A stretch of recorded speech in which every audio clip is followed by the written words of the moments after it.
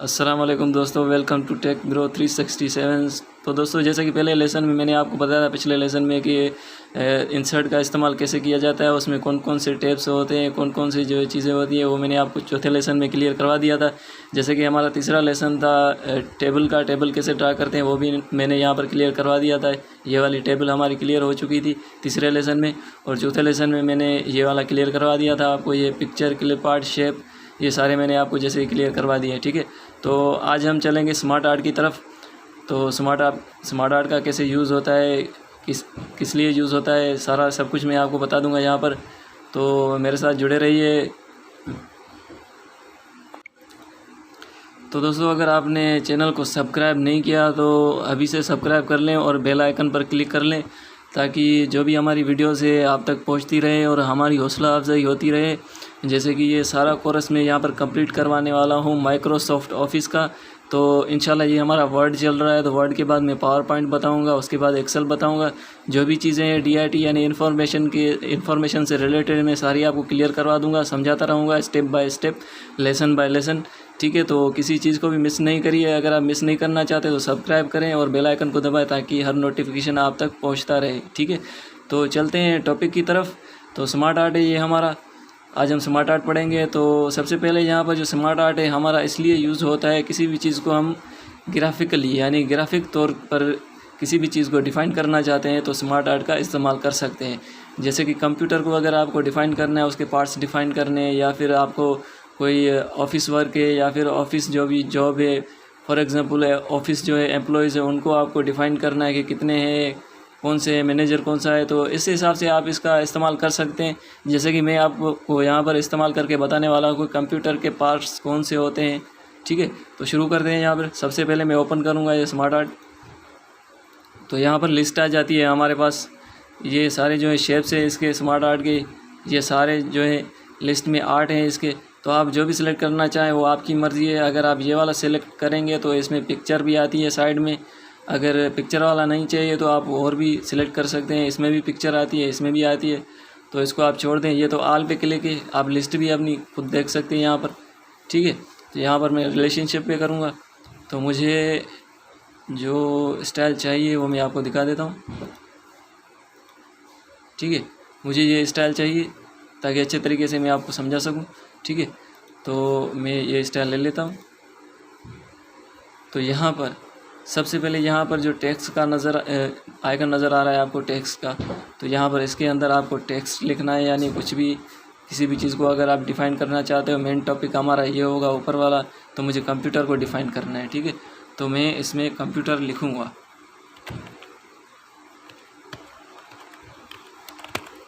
ये हो गया कंप्यूटर।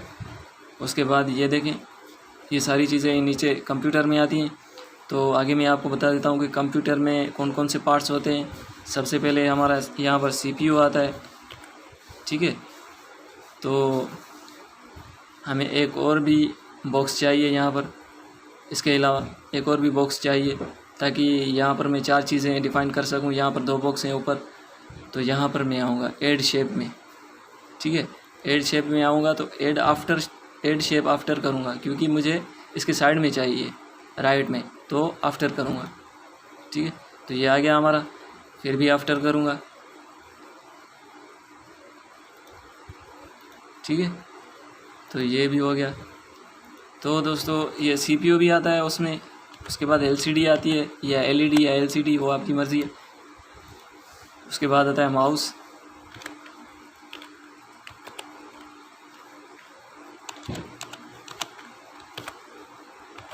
ठीक है, तो माउस के बाद क्या होता है, हमारा कीबोर्ड होता है।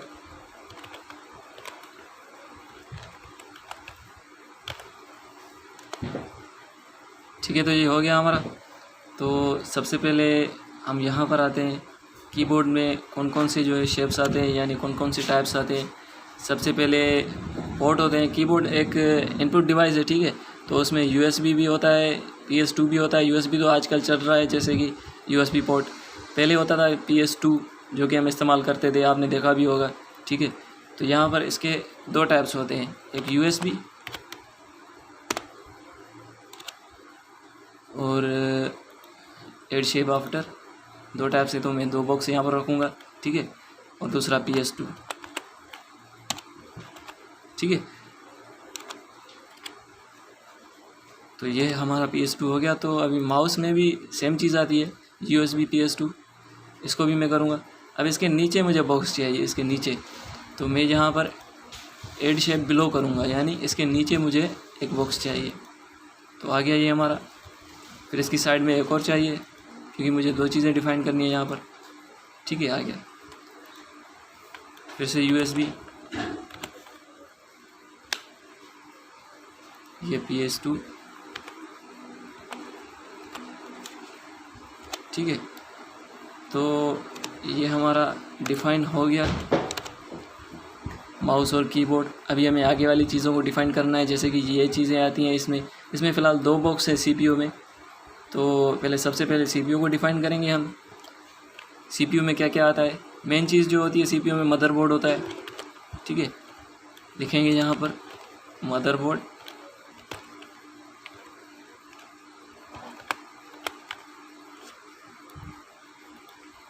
उसके बाद हार्ड डिस्क।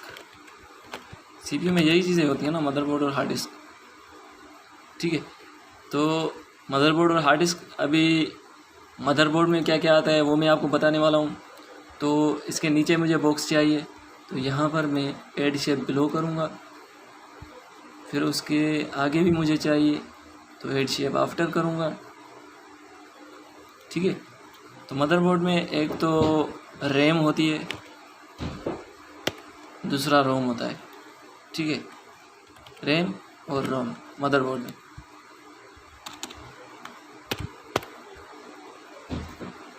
तो सबसे पहले यहाँ पर हम आएंगे कि रैम के टाइप्स कौन से होते हैं। ठीक है, तो रैम्स के 2 टाइप होते हैं, यहाँ पर मैं आपको बता देता हूँ। सबसे पहले यहाँ पर मैं इसके नीचे जो एड शेप बिलो करूँगा, फिर राइट में एड शेप आफ्टर करूँगा, क्योंकि 2 टाइप से, तो 2 बॉक्स मुझे चाहिए। तो रैम के 2 टाइप्स होते हैं, एक SDR यानी सिंगल डेटा रेट, दूसरा DDR यानी डबल डेटा रेट। ठीक है, अभी SDR जो है वो सिंगल ही होता है, तो DDR के टाइप्स आते हैं, उसमें 4 टाइप्स होते हैं। तो इसको मैं आपको डिफ़ाइन करके दिखा देता हूँ। बॉक्स लगाऊंगा, मुझे 4 चीज़ें यहाँ पर डिफ़ाइन करनी है, तो मैं यहाँ पर 4 बॉक्स ही लगाऊंगा। ठीक है, ये देखें, ये चीज़ें जो मैं डिफ़ाइन कर रहा हूँ, ये DDR से निकल रही हैं। तो DDR1, DDR2 और ये DDR3,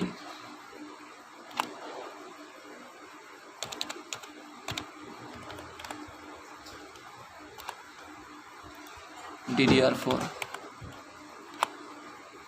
ठीक है, ये रैम हमारे क्लियर हो गया। अब आते हैं यहाँ पर रोम में। रोम तो एक ही किस्म की होती है, यहाँ पर हार्ड डिस्क में आते हैं। ठीक है, अब हार्ड डिस्क में 2 किस्म होते हैं, तो मुझे यहाँ पर पहले नीचे 2 बॉक्स चाहिए। पहले तो नीचे वाला एक चाहिए मुझे, फिर उसके बाद में उसके साइड में एक और चाहिए एड आफ्टर। तो हार्ड डिस्क के 2 किस्म होते हैं, एक तो साटा, दूसरा होता है पाटा। ठीक है दोस्तों, तो ये हमारा जो मैंने कंप्यूटर डिफ़ाइन किया है, ग्राफिकली तौर पे डिफ़ाइन किया है कंप्यूटर को, यानी ये हमारा कंप्यूटर है। उसमें क्या क्या होता है, सबसे पहले CPU, LCD, माउस, कीबोर्ड। अब माउस के कौन से किस्म होते हैं, ये देखें, ये माउस में ही आते हैं दोनों किस्म, USB PS2। ये कीबोर्ड में आता है USB PS2। ठीक है, तो यानी मैं अच्छे तरीके से डिफ़ाइन कर रहा हूँ। यहाँ पर जो आप देख रहे हैं ग्राफिकली तौर पे, आप समझ भी रहे होंगे कि ये चीज़ क्या है, मदरबोर्ड में क्या क्या आता है, ये पार्ट्स किसके हैं, कौन से पार्ट कहाँ से निकलते हैं। ये रैम से, ये पार्ट रैम से निकलते हैं, ये पार्ट हार्ड डिस्क से निकलते हैं। तो आप पर यहाँ अच्छी तरह से आप यहाँ से समझ सकते हैं। ये होता है हमारा स्मार्ट आर्ट। तो इसको डिज़ाइन कैसे करते हैं, इनमें फॉर्मेट्स कैसे लगाते हैं, वो भी मैं आपको समझा देता हूँ। सबसे पहले इसको आप राइट या लेफ़्ट भी कर सकते हैं। ठीक है, यहाँ से अगर आपको राइट टू लेफ़्ट चाहिए, यानी राइट से लेफ़्ट में करना है, तो यहाँ पर क्लिक करें। ये देखें, अगर फिर से आपको राइट चाहिए तो यहाँ पर क्लिक करें, फिर से हो जाएगा। ठीक है दोस्तों, तो सबसे पहले हम इसकी साइज़ बढ़ा देंगे। तो ये हमने साइज़ बढ़ा दिए। तो अभी आप कहना चाह रहे होंगे कि इसमें जो भी फ़ॉन्ट लिखा हुआ है, जो भी टेक्स्ट लिखा हुआ है, बिल्कुल छोटा छोटा है, तो अच्छे तरीके से नज़र नहीं आ रहा। तो मैं इसको बड़ा करना चाहूँगा तो कंट्रोल ए करूँगा, यानी सब सिलेक्ट हो जाए हमारे बॉक्स। ये सिलेक्ट हो चुके हैं। तो होम में आऊँगा, जैसे कि मैंने आपको बताया था कि फ़ॉन्ट का इस्तेमाल कैसे किया जाता है फर्स्ट लेसन में। तो यहाँ पर मैं इंक्रीज़ करूँगा फ़ॉन्ट। ये देखें इंक्रीज़ हो रहे हैं, फ़ॉन्ट इंक्रीज़ हो रहे हैं यहाँ पर। तो यहाँ पर मैंने फ़ॉन्ट इंक्रीज़ कर दिया है। ठीक है दोस्तों, तो सबसे पहले यहाँ पर अगर आप चाहते हैं कि ये जो कंप्यूटर वाला बॉक्स है ये बड़ा होना चाहिए ताकि पता चले कि ये हमारा मेन टॉपिक है, तो आप इसको क्लिक करके यहाँ पर आ जाएं इंसर्ट में और इसको क्लिक करें स्मार्ट आर्ट, डिज़ाइन में आते हैं, फॉर्मेट में आएंगे, डिज़ाइन से फॉर्मेट में आएंगे। तो फिर हमारा जो है इसका साइज़ बढ़ सकता है। ये देखें लार्जर भी कर सकते हैं, स्मॉलर भी कर सकते हैं। ठीक है, जो बॉक्स आपको बड़ा करना है, लार्ज करना है, लार्ज भी कर सकते हैं, स्मॉल भी कर सकते हैं। और उसके अलावा यहाँ पर हम शेप भी इसका चेंज कर सकते हैं। जैसे कि हमारा ये शेप है, आप चाहते हैं ये शेप नहीं हो, दूसरा कोई शेप हो, जैसे कि मैं यहाँ पर ये वाला अप्लाई कर रहा हूँ शेप। तो देखिए यहाँ पर शेप चेंज हो चुका है इसका। तो इस तरीके से आप किसी का भी शेप चेंज कर सकते हैं। ठीक है दोस्तों, तो ये डिज़ाइन है हमारे, इसके लेआउट्स हैं। आप किस लेआउट में इसको कन्वर्ट करना चाहते हैं, जैसे कि मेन हमारा ये लेआउट है, अगर आप इसमें तब्दील करना चाहते हैं तो कर सकते हैं, इसमें भी करना चाहते हैं तो कर सकते हैं, या इसमें, या फिर यहाँ पर इसमें। तो वो आपकी मर्ज़ी है, किसी भी डिज़ाइन में इस्तेमाल कर सकते हैं आप इसको। ठीक है, यहाँ पर भी अच्छी तरीके से एक्सप्लेनेड है, तो मैं इसको वही कर देता हूँ। यहाँ पर अगर मुझे कलर्स चेंज करने हैं इसके, जो भी हमारा ये टोटल जो हमारा टॉपिक है इसके कलर में चेंज करना चाहता हूँ बॉक्सेस के, तो यहाँ से मैं कर सकता हूँ। ये देखें, ये देखें, ये देखें, ये इसके डिज़ाइन से, कलर से, ये मैंने कलर चेंज कर दिए हैं इसके। अब यहाँ पर आता है स्मार्ट आर्ट स्टाइल, यानी आपका जो स्मार्ट आर्ट है वो किस स्टाइल में होना चाहिए। ऐसे होना चाहिए, ठीक है, या फिर ऐसे होना चाहिए, या फिर ऐसे होना चाहिए। तो आप किसी तरीके से भी अप्लाई कर सकते हैं, वो आपकी मर्ज़ी है। तो फ़िलहाल मैं इसको यहाँ कर देता हूँ, मुझे इस तरीके में चाहिए। ठीक है दोस्तों, इस तरह से आप स्मार्ट आर्ट स्टाइल का भी इस्तेमाल कर सकते हैं। ये आता है रीसेट ग्राफिक्स। रीसेट ग्राफिक्स क्या होता है, अब अगर आप इसको क्लिक करेंगे तो ये हमने सारा जो भी काम किया है, तो ये ग्राफिक्स जो भी हैं हमारे, जो भी ग्राफिक्स हमने लगाए हैं वो सारे रीसेट हो जाएंगे। ठीक है, तो इसको मैं क्लिक करके दिखा देता हूँ। ये देखें रीसेट उसी शक्ल में आ चुका है। तो फिर से मुझे दोबारा जो मैंने मेहनत की है उसी शक्ल में दोबारा ले आऊँगा, तो कंट्रोल Z। ठीक है, ये आ गया हमारा। ठीक है दोस्तों, ये शॉर्टकट की होती है कंट्रोल Z। अगर कोई भी चीज़ आपसे यहाँ पर डिलीट हो जाती है या फिर रिमूव हो जाती है तो आप कंट्रोल Z कर सकते हैं, उसको वापस दोबारा उसी शक्ल में ला सकते हैं। ठीक है, तो ये डिज़ाइन हमारा कंप्लीट हो चुका है। ये देखिए यहाँ पर ये डिज़ाइन जो भी है हमारा कंप्लीट हो चुका है। अब मैं यहाँ पर आता हूँ फॉर्मेट पे, कि इसके फॉर्मेट्स को कैसे इस्तेमाल हम कर सकते हैं। तो ये लार्जर, स्मॉलर और शेप भी मैंने आपको बता दिया है। तो यहाँ पर आते हैं शेप स्टाइल, यानी कि शेप का स्टाइल कौन सा होना चाहिए। ये वाला होना चाहिए, जो भी हमारा बॉक्स है ये वाला होना चाहिए। इसमें कलर्स भी आप दे सकते हैं। ये अप्लाई करें, ये देखिए ये हो गया यहाँ पर अप्लाई। अगर आप सबको एक ही कलर देना चाहते हैं तो कंट्रोल A क्लिक करेंगे, कंट्रोल A, सारे सिलेक्ट हो जाएंगे। फिर मैं इसको ये शेप स्टाइल देना चाहता हूँ फ़ॉन्ट का, तो ये देखिए ये स्टाइल अप्लाई हो चुका है। अगर आप ये नहीं करना चाहते तो आपकी मर्ज़ी है, कंट्रोल Z करें, बैक हो जाएगा। ठीक है दोस्तों, ये तो जस्ट मैंने आपको समझाने के लिए बता दिया है। तो उसके बाद जो है हमारा ये आता है शेप स्टाइल भी हमारा कंप्लीट हो चुका है। ये आता है शेप फिल। शेप फिल में क्या होता है दोस्तों, ये भी मैं आपको बता देता हूँ अच्छे तरीके से। शेप फिल में पहले तो ये होता है किसी भी बॉक्स का आप कलर चेंज कर सकते हैं मैन्युअली, किसी भी बॉक्स का XYZ। तो फ़िलहाल मैं इसका करके दिखा रहा हूँ आपको। जैसे कि मैंने यहाँ पर ये येलो सिलेक्ट कर दिया है, ठीक है, तो इसका कलर येलो हो चुका है। अगर मैं इसको येलो नहीं करना चाहता, कोई और कलर देना चाहता हूँ जैसे कि रेड है, तो इसका ये देखें रेड हो चुका है। तो इस तरीके से आप कलर फिल कर सकते हैं। अगर आप नो फिल करना चाहें फिर भी आप कर सकते हैं, तो सारा कलर हट जाएगा इसका जो भी हमने दिया हुआ है। नो फिल करूँगा मैं यहाँ पर, या फिर इसको वाइट बैकग्राउंड दे दें जैसे कि हमारा था, ठीक है दोस्तों। इस तरीके से आप कोई भी कलर दे सकते हैं, वो आपकी मर्ज़ी है। दूसरा शेप में क्या आता है, मोर कलर फिल्स, यानी और अगर आपको कलर ज़्यादा देने हैं तो यहाँ पर आप देख सकते हैं, ये सिलेक्ट कर सकते हैं, ये सिलेक्ट आपकी मर्ज़ी है, या कस्टम में जाके आप ये सिलेक्ट कर सकते हैं, कोई भी सिलेक्ट कर सकते हैं, दे सकते हैं कलर इसको, ठीक है दोस्तों। तो फिर से आते हैं नीचे वाले पिक्चर। अभी इसमें आप पिक्चर भी ऐड कर सकते हैं जो आपका बॉक्स है। फॉर एग्ज़ाम्पल मैं इसको क्लिक करता हूँ, ये पिक्चर में उठा लेता हूँ, इंसर्ट कर लेता हूँ, तो ये देखिए यहाँ पर इसमें पिक्चर भी आ चुकी है। इसमें आप पिक्चर भी लगा सकते हैं। तो मुझे पिक्चर रिमूव करनी है तो यही बैकग्राउंड दे दूँगा, ठीक है।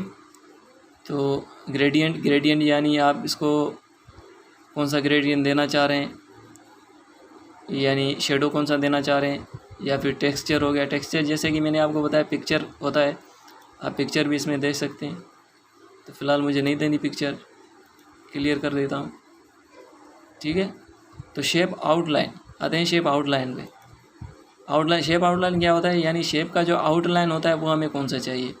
सबसे पहले अगर आप आउटलाइन में कलर चेंज करना चाहें तो कर सकते हैं। जैसे कि ये वाला कलर मैं सिलेक्ट कर देता हूँ, ये ब्लैक वाला, ठीक है। तो यहाँ पर शेप का जो आउटलाइन है ये वाला, ये ब्लैक हो चुका है। अगर मैं इसको रेड करना चाह रहा हूँ तो ये देखिए रेड हो चुका है।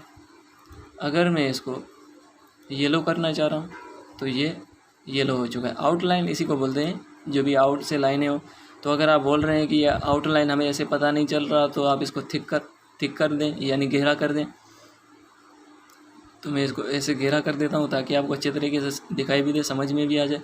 ये देखिए हमारा आउटलाइन हो चुका है, यहाँ पर येलो हो चुका है। उसके अलावा कोई भी कलर आप आउटलाइन में दे सकते हैं। जैसे कि मैं यहाँ पर फिर से ग्रीन दे देता हूँ, आपको दिखा देता हूँ। ये देखें येलो से आउटलाइन ग्रीन हो चुकी है। तो इस तरीके से आप आउटलाइन इस्तेमाल कर सकते हैं। डैशेस में भी इस्तेमाल कर सकते हैं। आउटलाइन का जो शेप है वो डैश में होना चाहिए, तो डैश में भी आ सकता है। तो फ़िलहाल मैं यहाँ पर डैशेस का इस्तेमाल नहीं करूँगा, लाइन का इस्तेमाल करूँगा, ठीक है। तो ये आउटलाइन हमारा ग्रीन हो चुका है। इस तरीके से आप आउटलाइन का इस्तेमाल कर सकते हैं। उसके अलावा दोस्तों नीचे आते हैं, ये शेप इफ़ेक्ट। तो ये जो शेप इफ़ेक्ट है, तो इसके इफ़ेक्ट आप चेंज कर सकते हैं। शेडो भी दे सकते हैं, 3D भी दे सकते हैं, कोई भी दे सकते हैं। मिसाल के तौर पे मैं ये कर रहा हूँ, ये देखें शेडो इफ़ेक्ट आज आ गया है। या फिर आप इसको ऐसे करना चाहते हैं तो ये ऐसे हो जाएगा। 3D रोटेशन चाहिए आपको, यानी रोटेट होना चाहिए, तो आप यहाँ से रोटेट कर सकते हैं। मिसाल के तौर पे मैं इस तरीके से रोटेट करता हूँ इसको, तो ये देखिए हमारा रोटेशन हो चुका है, यहाँ पर रोटेट हो चुका है। अगर इस तरीके से नहीं करना चाहते, रिफ्लेक्शन आना चाहिए कि नहीं आना चाहिए, आना चाहिए, तो यहाँ पर देखें रिफ्लेक्शन भी आ रहा है। उसके अलावा 3D रोटेशन अगर आपको दूसरे तरीके से करनी है, ऐसे आना चाहिए, तो यहाँ पर ऐसे आ चुका है, ठीक है। तो इस तरीके से आप शेप इफ़ेक्ट भी चेंज कर सकते हैं। फिर यहाँ पर जो हमारा आता है वो है वर्ड आर्ट स्टाइल्स, यानी जो भी हमने इसमें टेक्स्ट लिखी हुई है, जैसे कंप्यूटर माउस, इसका स्टाइल कौन सा होना चाहिए। तो सबसे पहले आपको यहाँ पर मैं दिखा देता हूँ। ये देखिए मैं चाहता हूँ कि इसका स्टाइल जो है वो इस तरीके से आए। तो ये देखें सारा रेड हो चुका है, जो भी टेक्स्ट यहाँ पर लिखा हुआ है अंदर सारा रेड हो चुका है। अगर मैं ग्रीन करना चाहूँ तो यहाँ पर क्लिक करूँगा, ग्रीन हो जाएगा, ठीक है। इस तरीके से आप इसका इस्तेमाल कर सकते हैं वर्ड आर्ट स्टाइल का। अगर आपको इसका इस्तेमाल नहीं करना तो यहाँ पर आप आ जाएं टेक्स्ट फिल, यानी टेक्स्ट को आप कलर कौन सा देना चाहते हैं अपनी मर्ज़ी से। मिसाल के तौर पे मैं इसको ब्लैक देना चाहता हूँ तो ब्लैक भी दे सकता हूँ, जैसे कि ये देखें ब्लैक हो चुका है हमारा। ठीक है, कोई भी कलर आप टेक्स्ट का चेंज कर सकते हैं, यानी जो भी हमने लिखा है यहाँ पर उस टेक्स्ट का आप कलर चेंज कर सकते हैं टेक्स्ट फिल में आके। ठीक है दोस्तों, ये टेक्स्ट फिल भी हमारा क्लियर हो चुका है। टेक्स्ट आउटलाइन, यानी जो भी आउटलाइन है, जैसे कि मैंने आपको इसकी आउटलाइन समझा दिया, टेक्स्ट का आउटलाइन कौन सा होना चाहिए, तो मैं यहाँ पर येलो कर देता हूँ ताकि आपको समझ में आ जाए। तो ये देखें जो भी आउटलाइन है वो येलो हो चुकी है यहाँ पर। अगर येलो नहीं करना चाहते, ब्लैक करना चाहते हैं तो ब्लैक ही रहने दें। ठीक है, अब टेक्स्ट का इफ़ेक्ट कौन सा होना चाहिए, शेडो आना चाहिए कि नहीं आना चाहिए, रिफ्लेक्शन होना चाहिए टेक्स्ट में कि नहीं, तो मैं कर देता हूँ रिफ्लेक्शन। ठीक है दोस्तों, तो रिफ्लेक्शन में आपको करके दिखा देता हूँ।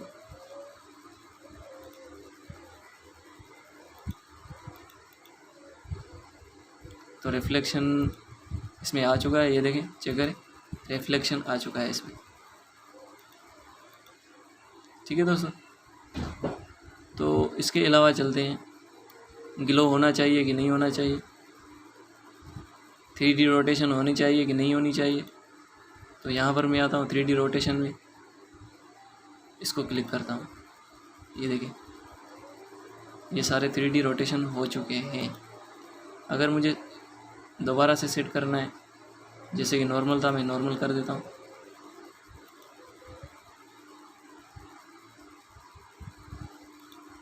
ठीक है दोस्तों, इस तरीके से आप इसका इस्तेमाल कर सकते हैं।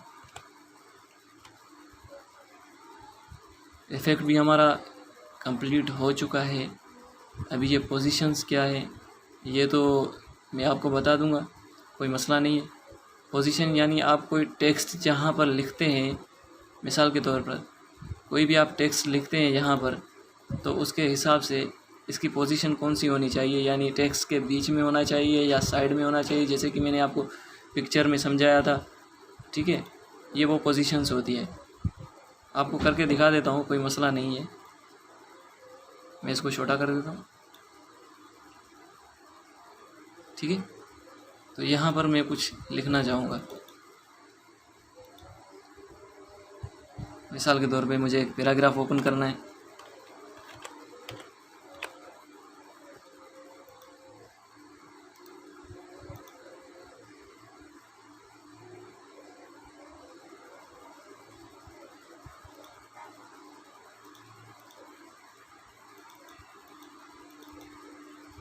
ठीक है दोस्तों, तो मैं एक पैराग्राफ ओपन कर लेता हूँ।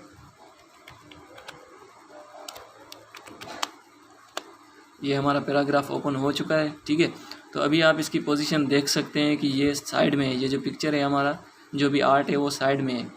आप इसको ऐसे डिफाइन कर सकते हैं। तो इसके अलावा आप अगर इसका पोजीशन चेंज करना चाहते हैं इसकी, तो उसके बारे में ही मैं आपको बता रहा था। जैसे कि ये देखें, मैं यहाँ पर आपको समझा देता हूँ। ये हो गया हमारा पोजीशन, अभी तो साइड में है।